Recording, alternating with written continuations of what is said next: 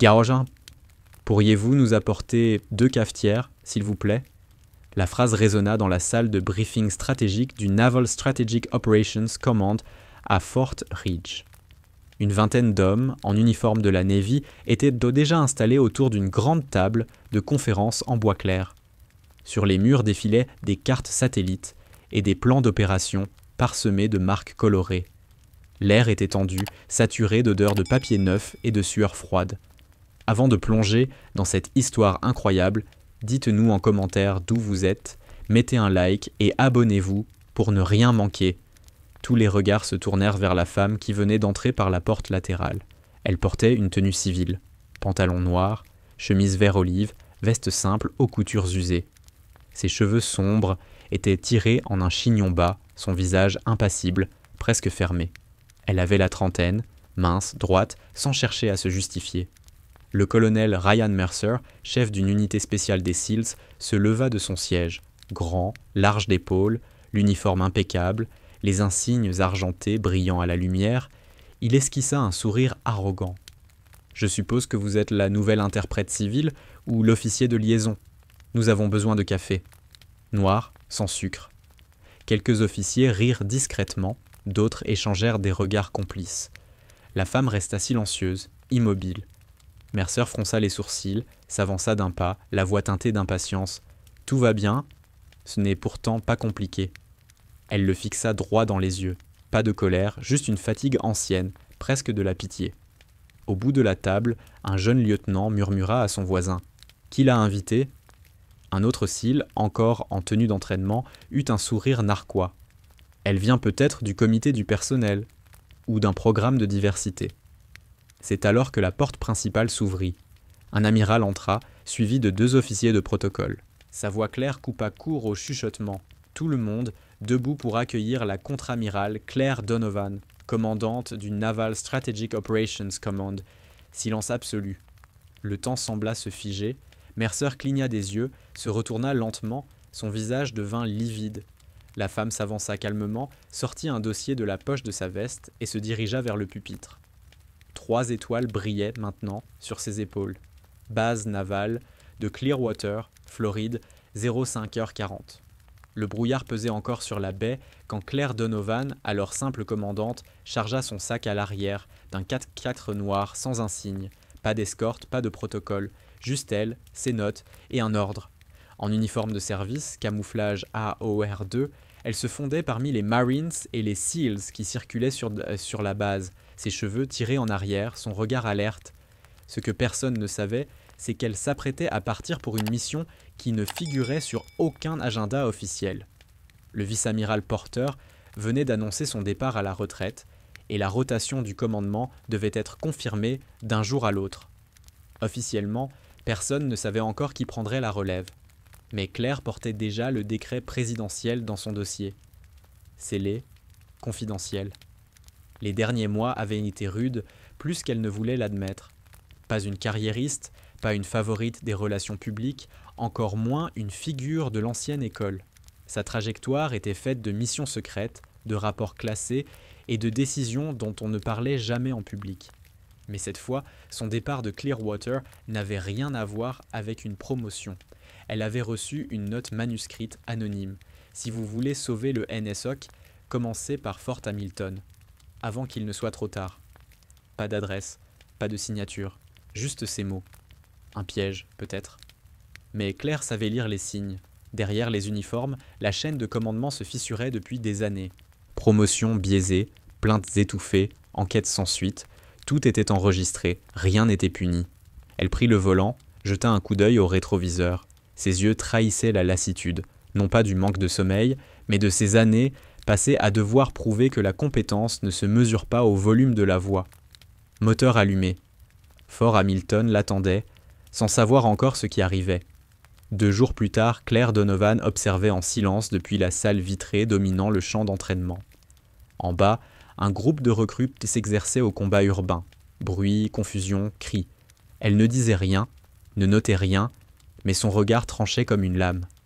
À ses côtés se tenait le lieutenant-commandant Ethan Price, officiellement chargé de la conseiller sur les questions techniques.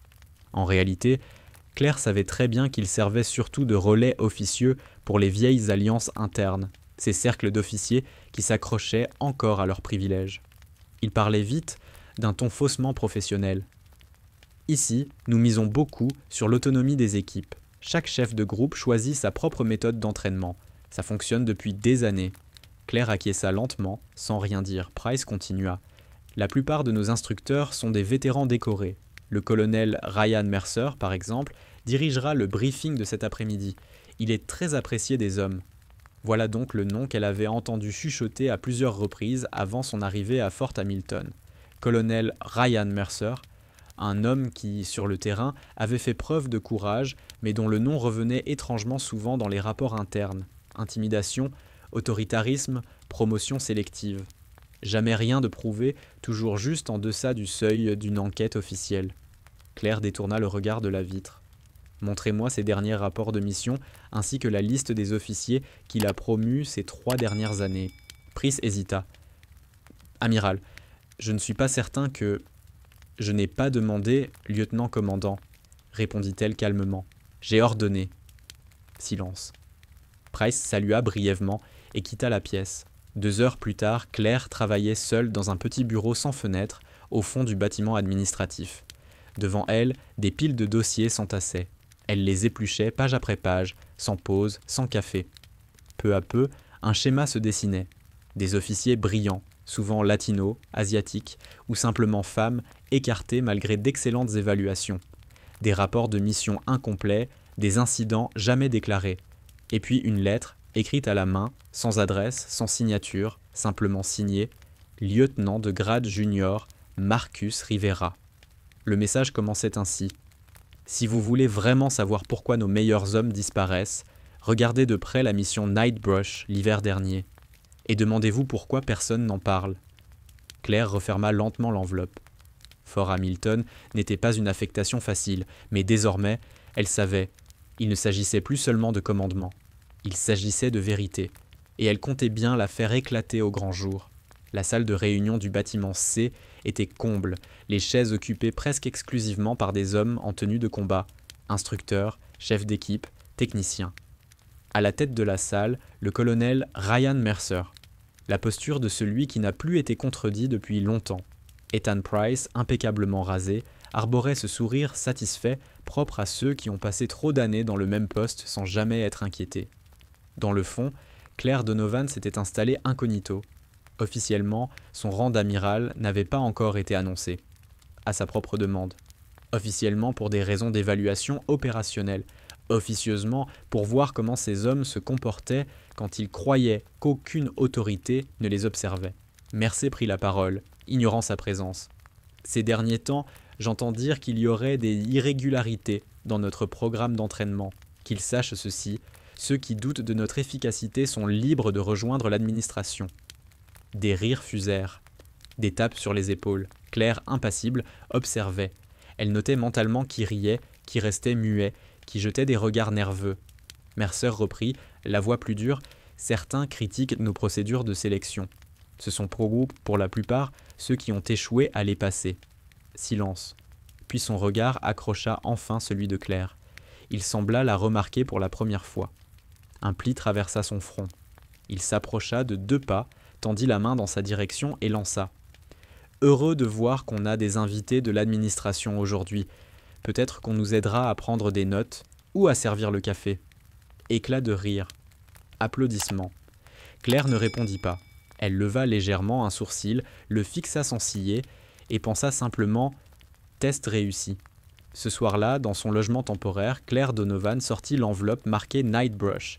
Elle avait déjà tenté plusieurs recherches dans les bases de données, en vain. Le nom de l'opération avait été effacé, dissimulé, effacé encore.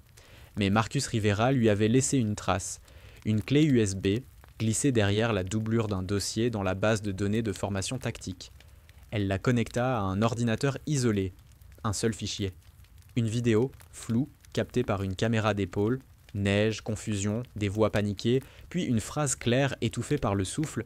Ils nous ont envoyés sans couverture. Pour le colonel, ce n'était qu'un test. Claire se renversa sur sa chaise. Le silence devint presque assourdissant. Elle savait désormais ce qu'elle devait faire. Mais avant d'agir, elle observerait. La cérémonie était prévue dans 2 semaines. Ryan Mercer ne verrait rien venir. Le jour de la passation arriva plus vite que prévu. Dans le grand hall du Naval Strategic Operations Command à Fort Ridge, la foule se pressait, officiers supérieurs, représentants du département de la Défense, journalistes venus d'Arlington et de Baltimore, vétérans de la Navy. La salle brillait d'un bleu profond et d'or. Sur les murs, des drapeaux impeccablement suspendus, et sur l'estrade, le blason de la marine. Au premier rang, le colonel Ryan Mercer, tout sourire, se tenait aux côtés du capitaine Howard Keane, commandant adjoint par intérim. Mercer rayonnait d'assurance. Les rumeurs allèrent bon train depuis des semaines, il serait le prochain commandant. « Je vous le dis franchement », lança-t-il à un collègue avec un sourire carnassier, « la promotion n'est plus qu'une formalité. » Mais personne ne savait encore qui prendrait réellement le commandement. Sur les invitations, une seule phrase. La nouvelle commandante sera présente en personne. Quelques minutes avant le début, une femme entra discrètement par la porte latérale. Tenue civile, sans insigne, sans badge. Certains officiers la reconnurent vaguement. « Tiens, la secrétaire du protocole », murmura un lieutenant. « Celle du café », ajouta un autre, amusé. Aucun salut, aucun regard de respect. Claire Donovan avança calmement entre les rangées. Ses pas résonnaient doucement sur le sol poli. Les caméras de la presse se tournèrent un instant vers elle, puis l'oublièrent aussitôt. Elle se dirigea vers le côté de la scène, où un uniforme blanc immaculé l'attendait, posé sur une table recouverte d'un drap. Un adjudant se tenait là, silencieux. Il lui tendit la veste. Claire la revêtit lentement. Sur ses épaules scintillaient 3 étoiles d'argent. La salle bruissait encore de conversations et de rires étouffés quand le maître de cérémonie s'approcha du micro. « Mesdames et messieurs, veuillez vous lever pour accueillir la contre-amirale Claire Donovan, nouvelle commandante du Naval Strategic Operations Command. » Un souffle, puis un silence total. Tous se tournèrent. Le visage de Mercer se figea. Ses traits se décomposèrent, comme si le sol venait de céder sous ses pieds. Un jeune marin manqua de laisser tomber sa casquette. Le capitaine Keane recula d'un pas. Claire monta sur l'estrade. Droite, calme, son regard glissa sur la salle, sur ces hommes dont beaucoup s'étaient moqués d'elle quelques semaines plus tôt. « Avant de prendre officiellement le commandement, dit-elle d'une voix claire, « j'ai une question. Qui parmi vous était présent sur le terrain Sierra Echo pendant l'opération Nightbrush ?» Un silence dense tomba, puis un mouvement. Le lieutenant Marcus Rivera se leva lentement, s'avança, visiblement nerveux. Les caméras se braquèrent sur lui. Claire le regarda. Un bref signe de tête. Puis elle se tourna vers le reste de la salle. « Parlons donc de la vérité. » Ce n'était pas l'absence d'applaudissements qui frappait, mais le souffle suspendu de toute une pièce. Le nom Nightbrush résonna comme un tir en plein cœur. Le visage du colonel Ryan Mercer se tendit. Il demeura droit, figé, mais ses yeux trahirent la peur. Claire se tenait à la tribune, la voix posée, précise. Aucune colère, seulement une détermination glaciale. J'ai eu accès à tous les rapports de mission disponibles. Ce que je n'y ai pas trouvé est encore plus parlant que ce que j'y ai lu. Claire posa une feuille sur le pupitre. Une carte imprimée, marquée d'une large zone noire. L'opération Nightbrush a été menée sous le commandement du colonel Ryan Mercer, déclara-t-elle. 5 recrues blessées. 2 définitivement inaptes au service. Aucune enquête, aucune mention dans la base centrale, aucun mot adressé aux familles. Un murmure parcourut la salle. Mercer leva la main. Avec tout le respect dû, contre-amiral, Claire se tourna vers lui, le regard froid. « Vous n'avez pas la parole, colonel. » Sa voix demeura calme, mais le ton avait cette dureté métallique qui traversait les uniformes. Elle se tourna alors vers le lieutenant Marcus Rivera. « Marcus, racontez-nous ce qui s'est vraiment passé ce jour-là. » Le jeune homme s'avança, hésitant. Ses yeux cherchèrent un repère qu'il trouva dans ceux de Claire. « On nous a envoyés sans reconnaissance préalable, » dit-il d'une voix tremblante. Le terrain était miné. On nous avait parlé d'un exercice, mais c'était du réel. Pas de couverture aérienne, aucune extraction prévue. J'ai moi-même lancé l'appel d'urgence. Et le colonel Mercer a dit ensuite que c'était un test de caractère. Un souffle d'indignation parcourut la salle, puis un autre officier se leva. « Mon neveu faisait partie de cette unité, » dit-il d'une voix brisée.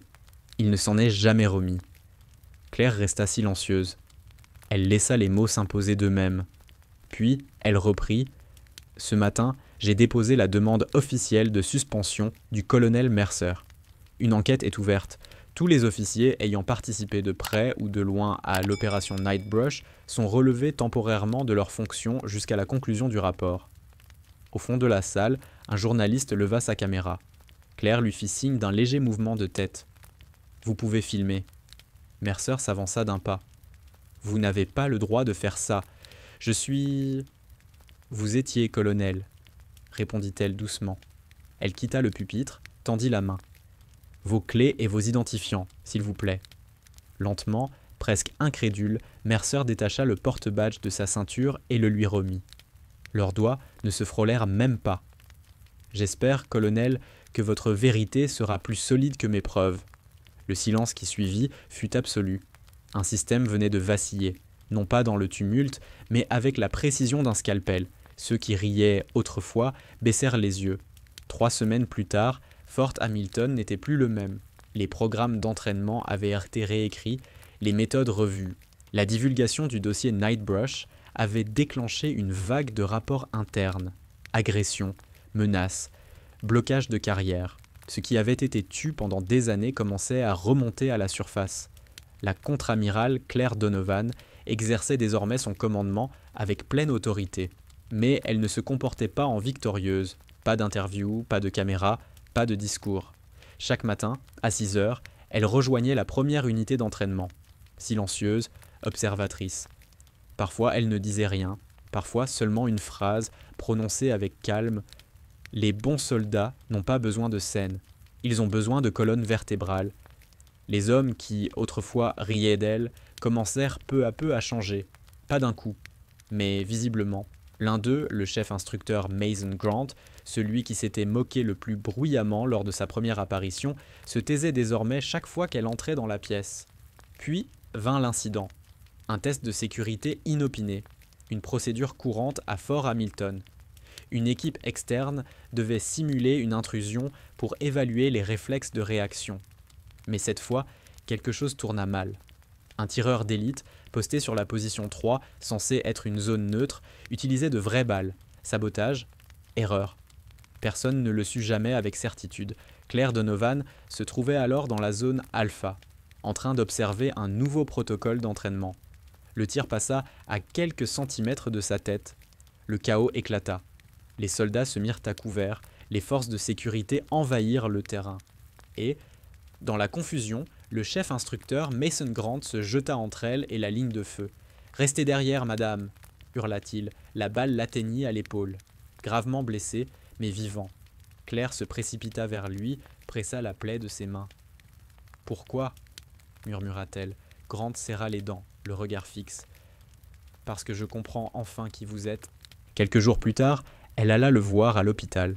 Aucun témoin. Elle resta assise près de son lit, en silence. « Vous n'étiez pas obligé de revenir, » dit-il d'une voix rauque. « Si, » répondit-elle simplement. 1 mois s'était écoulé depuis les coups de feu. Fort Hamilton avait changé. Pas moins actif, non, mais plus silencieux. Les conversations étaient dites devenues plus respectueuses, les regards plus attentifs. Le rire, autrefois moqueur, sonnait désormais plus vrai. La contre-amirale Claire Donovan n'avait pas donné d'interview. Aucun discours, aucune tribune. Pas d'article dans les journaux militaires. Et pourtant, sa seule présence suffisait à transformer le climat. Certains parlaient de leadership, d'autres, simplement, d'intégrité. Le dernier vendredi du mois, toute la hiérarchie du Naval Strategic Operations Command se réunit pour conclure le cycle de révision entamé après Nightbrush. Claire entra tard, en uniforme complet. Ses 3 étoiles d'argent brillaient sous les néons. Elle ne portait ni médaille, ni décoration, seulement un petit insigne usé, Donovan. Elle se plaça derrière le pupitre, sans note, sans présentation. Sa voix résonna, calme, ferme. « J'ai une seule requête. Regardez les hommes et les femmes avec qui vous servez, et demandez-vous, courriez-vous pour eux, ou les feriez-vous courir à votre place? Nous valons mieux que ce que nous avons toléré. Et si ce n'est pas encore le cas, alors à partir d'aujourd'hui, ça doit le devenir. » Un silence, dense, respectueux, À la sortie, le lieutenant Marcus Rivera l'attendait.